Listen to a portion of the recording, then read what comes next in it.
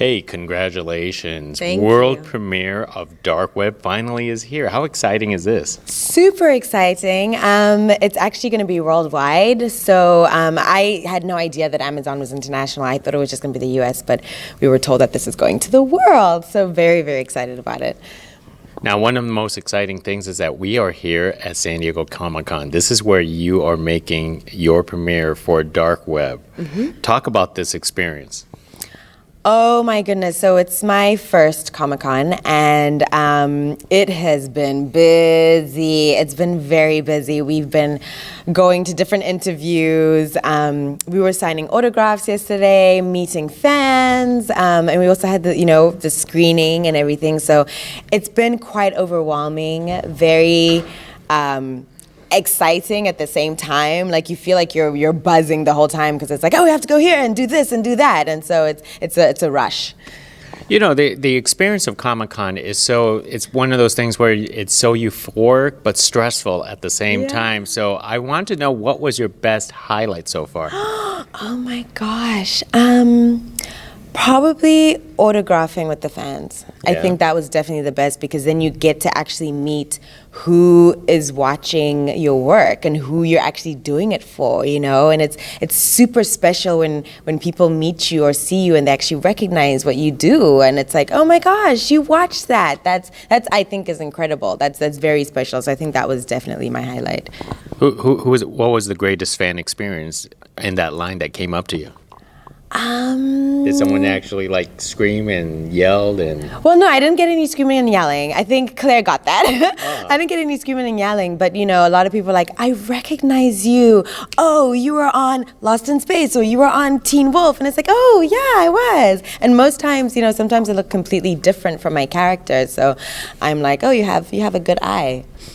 I know.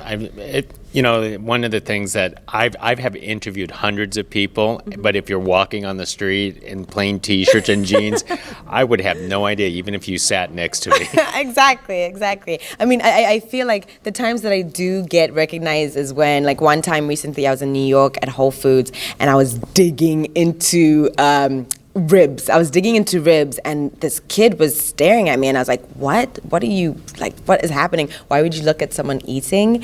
And she came over to me with her dad, and she was like, oh, hi, are you an actress? I just watched your show. You were on Lost in Space, da-da-da. I just watched it last night, and I was like, oh my gosh, oh, hi. That's why she was staring at me, not because I was eating ribs, so. Does that bother you at all, or you're very open to your fans? Oh, I'm so open because I think it's such a special thing, and it's not. I mean, I'm not being bombarded by fans, so I think it's still very special. Excellent, but we are also here to talk about the show DarkWeb. Yes. So tell us, this is such a unusual, interesting show. What actually drew you to this project?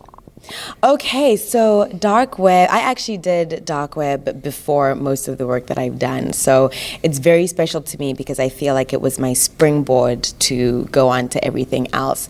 And what I liked about it is that it's different, it's very unique. The sci-fi part of it, and also I guess my character drew me because I play Amy. Yeah. And she is badass.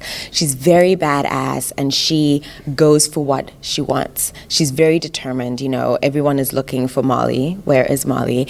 And she encounters Molly's group of friends, and they go together. They go on this journey in search of Molly. And so there's action. There's guns, there's fighting, and so that definitely drew me to it because that kind of stuff is fun. It's exciting.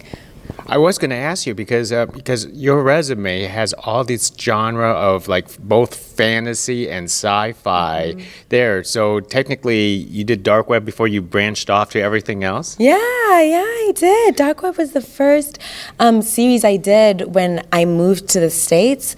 It was the first series I did in Los Angeles. So I feel like that was the beginning of my momentum. So tell us about this Onset Experience, because DarkWeb is an independent production. Yes, it's very indie. So it's not, most of the other work I've done has been big studio and stuff, big budget.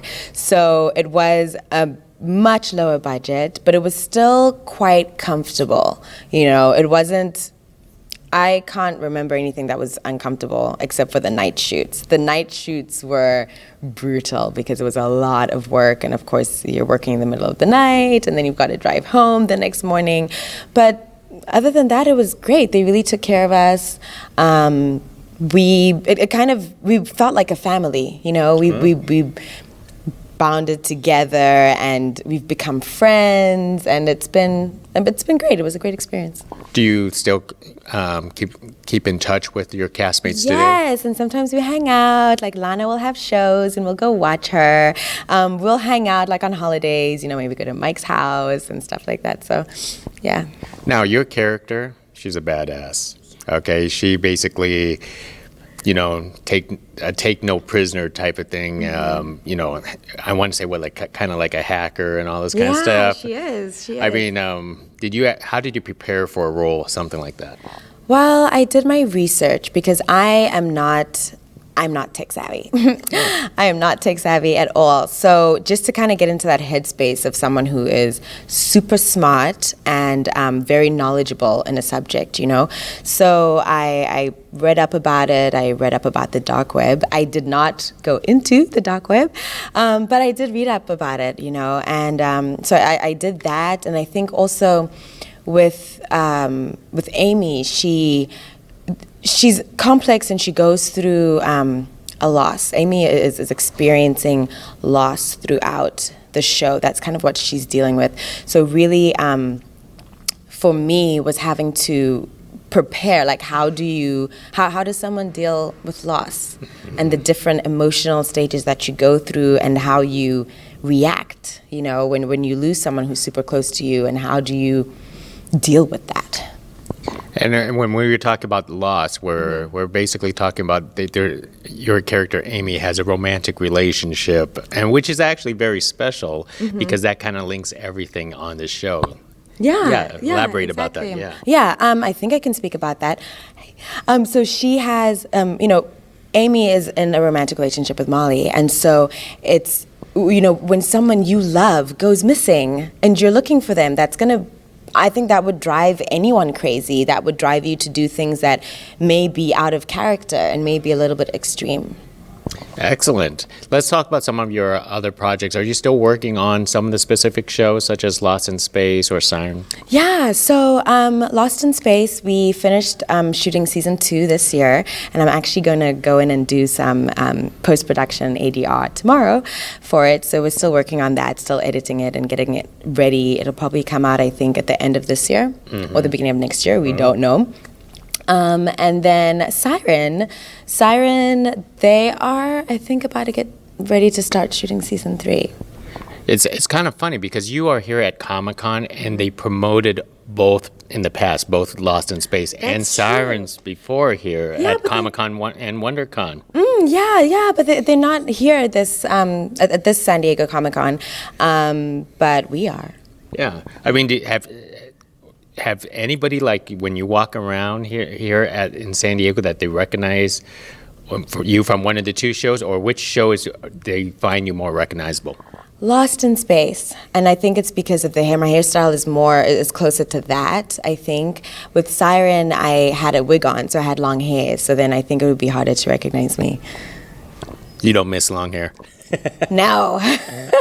No, I feel like the short hair is free, it's more funky, and I don't know, it's more me, I guess. I think it is you, yeah. Yeah. Excellent. Anything else that's coming up the pipeline? Well, I just booked a new show, and I'll be going out this week to start working on it. So I obviously can't say anything about it, but I'm excited about that. That's going to come out next year. All right. Yeah. And before I let you go, I need to talk about your name, Sibongile. Yes. Tell me about that name. How did you get that beautiful name? Well, I got it from my mama. My mom named me Sibongile, and it's either Zulu or Xhosa or Ndebele, and it means to be grateful and to be thankful. Oh, wow. And where were you from originally? I was born in Zimbabwe. Ah, there we go. That's Excellent. where I was born. That's where I grew up. Excellent. Hey, congratulations. You should walk around San Diego Comic-Con. You will enjoy yourself. Thank you. Thank you so much. Thank you very much. Okay, thank you. All right. All right.